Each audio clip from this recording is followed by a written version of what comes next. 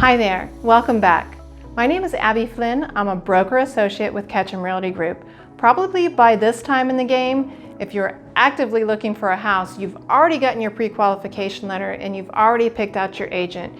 Your agent's going to help you pick out which houses to see and then also set up the schedule and make sure you get all the permissions that you need in order to be on the seller's property. So let's talk about what you should look for when you're touring homes. The first thing I'm going to encourage you to do is to get a list of those priorities. What do you live? How do you live in a house and how do you live in that space? What's your most important room?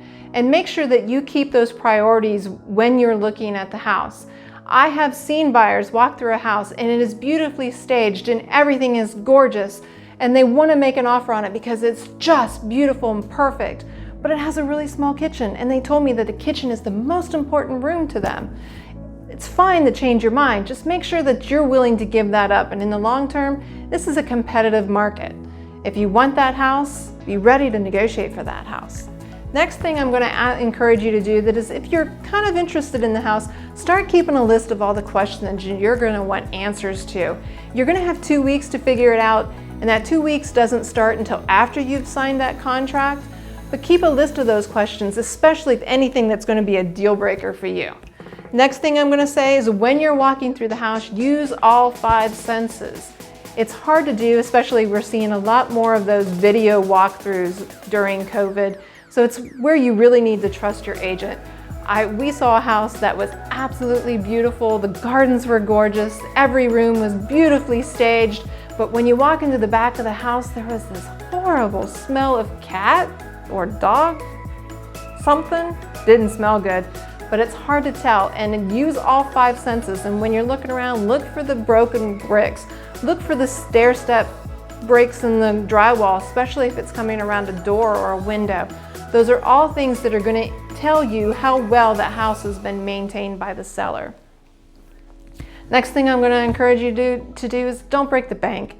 If you know that you want to have an $1,100 mortgage and it's really tempting to go up a price point, but that $1,200 or that $1,500 mortgage is going to change your lifestyle, it's not something I'm going to say no to, but I do encourage you to make sure that you look at that really hard as a family before you agree to that, because that's given up quite a few lattes, and if that's your thing, that's hard to do.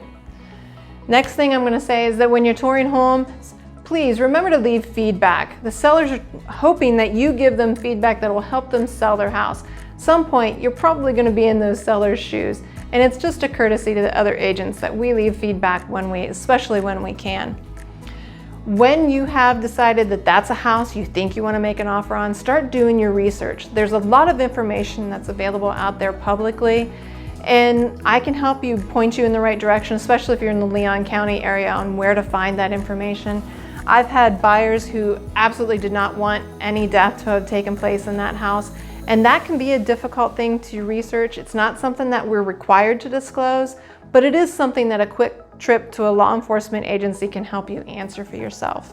And my final rule for when you're looking at houses is don't fall in love with anything that you don't own. That can be heartbreaking, especially if deals fall through. We often see it fall through about 1/3 of the time. So please don't fall in love with that house until you're ready. You already have the keys in your hand. If we can help you, if you have any other questions about buying a house, we have lots of videos on our YouTube page and we have lots of information on our webpage. We look forward to hearing from you soon. Thanks. Much better.